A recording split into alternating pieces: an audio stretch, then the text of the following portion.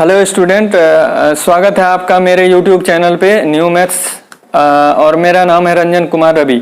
हम आपको पिछले वीडियो में बता चुके हैं ट्रिग्नोमेट्रिक बेसिक्स और उससे रिलेटेड थोड़े बहुत जो फॉर्मूला थे, जैसे sine theta, cos theta, tan theta and उसके opposites cosec theta, sec theta और कॉट थीटा।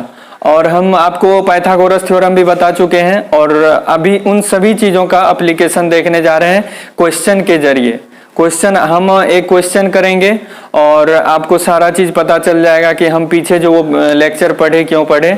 तो चलिए हम देखते हैं क्वेश्चन और आप लोग ध्यान से देखें और मैं कोशिश करूंगा कि अपना बेस्ट दे सकूं। चलिए देखते हैं।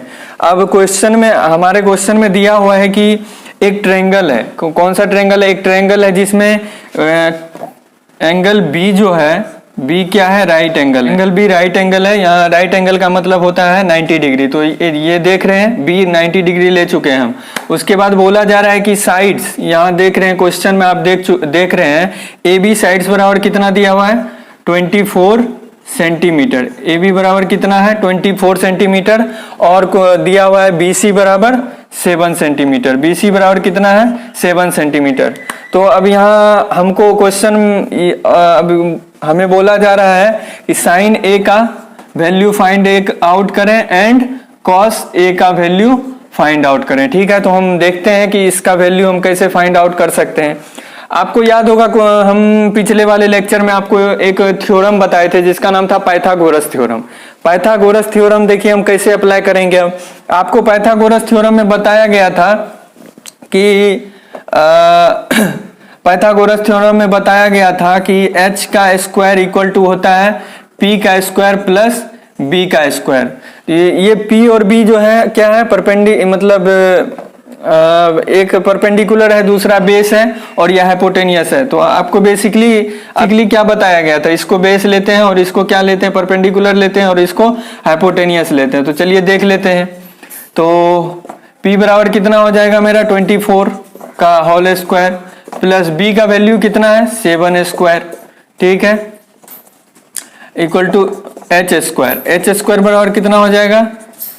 576 प्लस 49। तो ये देखिए कितना हो जाएगा? h स्क्वायर बराबर 625। ठीक है, तो h का वैल्यू फाइंड आउट करने के लिए ये क्या हो जाएगा? Under root 625 equal to 25। तो h का वैल्यू मेरा क्या निकला? h का वैल्यू मेरा निकला 25 सेंटीमीटर। h का वैल्यू कितना निकला? 25 सेंटीमीटर। ठीक है, तो यहाँ आप देख रहे हैं कि h का मेरा वैल्यू फाइंड आउट हो गया। इस ट्रायंगल में मेरा 3 साइड्स था और 3 साइड्स में ये और ये ए बी और बी सी गिवन था और हमें फाइंड आउट करना था ए सी। तो मेरा फाइंड आउट हो गया। तो चलिए अब आगे देखते हैं कि साइन ए और कॉस ए कैसे फाइंड आउट करेंगे। ठीक है, तो यहां तक आप लोग नोट कर लीजिए। चलिए अब हम जानते हैं, आपको पिछले वाले लेक्चर में बोले हुए थे साइन ए का मान क्या होता है? साइन ए। अब यहाँ देखने वाली बात है, हम थीटा लिए थे उस टाइम पे, थीटा लिए थे। तो यहाँ बोल रहा है साइन ए।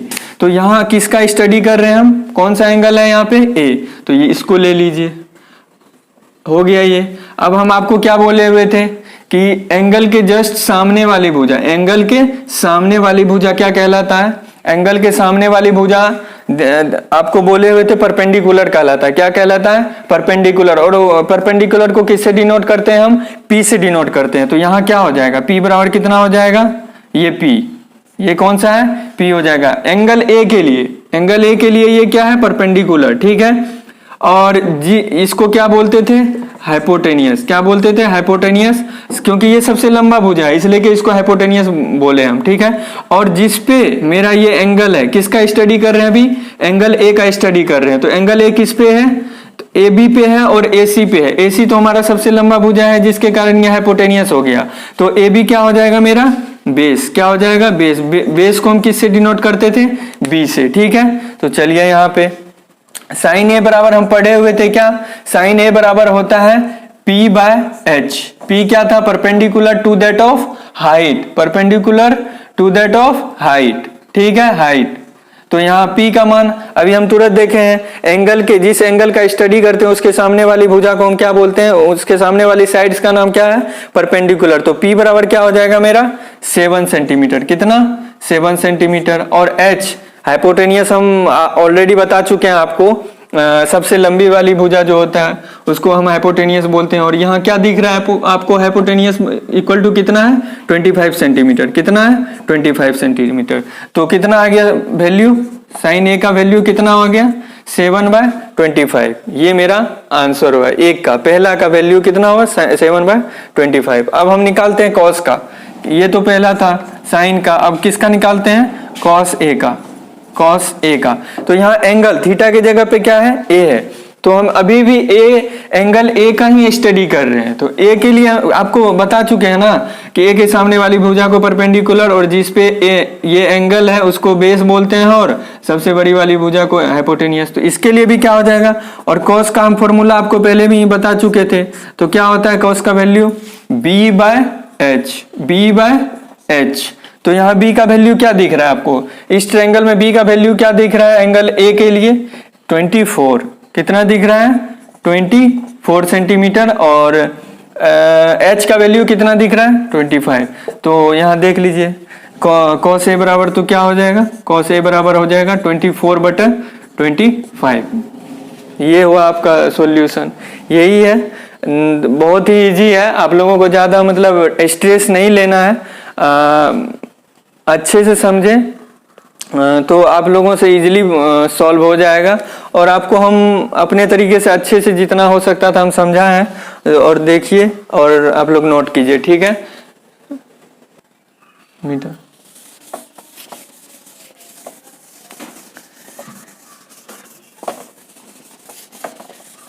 यहाँ पे आप देखें कि मतलब हम साइन ए का वैल्यू फाइंड आउट किए और कॉस ए का वैल्यू फाइंड आउट किए। अब यही इसी क्वेश्चन को चेंज कर दिया गया है और दूसरे नंबर पे मेरा क्वेश्चन हो गया है, क्या क्वेश्चन हो गया है, साइन ए के जगह क्या दे दिया गया है सी, ए के जगह एंगल कौन सा ले लिया गया अब सी, कौन सा सी। तो तभी जब हम एंगल ए का स्टडी कर रहे थे तो उस टाइप से लिए थे P और B और H। अब हम C का स्टडी करेंगे, कौन सा एंगल का C का। तो ये सब आपको मिटाना है, ठीक है। अब हम किसका स्टडी करेंगे C का, एंगल C का। जब हम C का स्टडी कर रहे हैं तो आपको देखने को यहाँ मिल रहा होगा कि हम पहले बोले हुए हैं कि एंगल के जस्ट सामने वाली भुजा क्या कहलाता है परपेंडिकुलर। जब C का स्टडी कर रहे हैं तो अब ये क्या हो जाएगा, A के लिए जब कर रहे थे परपेंडिकुलर इसके एंगल के सामने ये था, अब C के लिए कर रहे हैं तो इसके सामने वाली जो साइड्स हैं ये AB ये परपेंडिकुलर हो जाएगा। उस टाइम पे ये था परपेंडिकुलर जब ए का कर रहे थे। और इसके लिए एंगल सी के लिए बेस क्या हो जाएगा, जिसपे ये थीटा है मेरा, जो जिसपे एंगल है तो ये बेस हो गया मेरा। और हमको तो पता है ये जो है AC जो है हमारा ऑलवेज हाइपोटेनियस कहलाता है, ठीक है। तो चलिए अब देखते हैं। तो कुछ नहीं है, जैसे पहले वाले में किए थे वैसे सेकंड वाले में भी करेंगे। चलिए देखते हैं।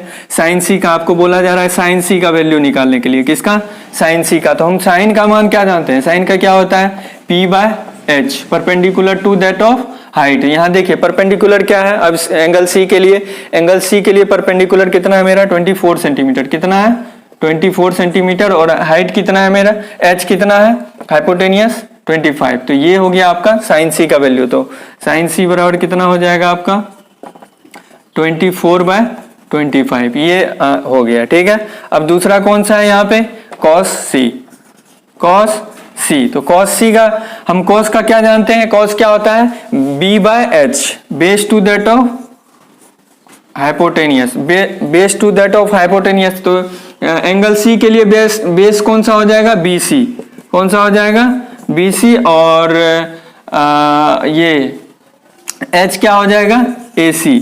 तो यहाँ देखिए BC का वैल्यू कितना है, BC का वैल्यू है 7 सेंटीमीटर और हाइपोटेनियस का वैल्यू कितना है 25 सेंटीमीटर, ठीक है। तो ये आंसर कितना आ गया 7/25 सेंटीमीटर, ये आपका आंसर है, ठीक है। था मेरा आज का पहला प्रॉब्लम, और आगे भी हम प्रॉब्लम आपको करवाएंगे।